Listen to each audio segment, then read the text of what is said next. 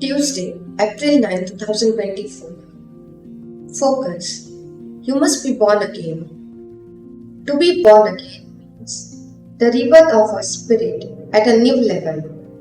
Detached from this flesh, like Nicodemus, we cannot understand this and ask, how can these things be? Believing in the Holy Spirit is like accepting the reality of the wind.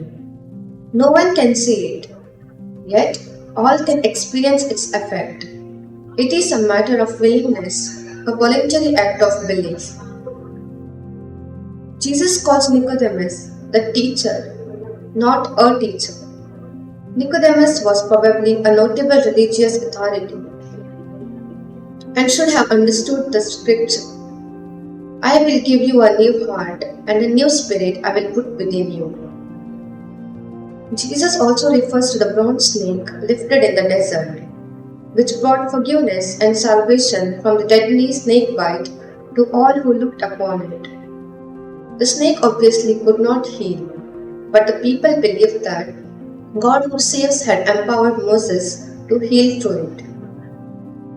Likewise, Jesus would be lifted on a cross, and all who believed in the crucified, resurrected Xavier would be saved.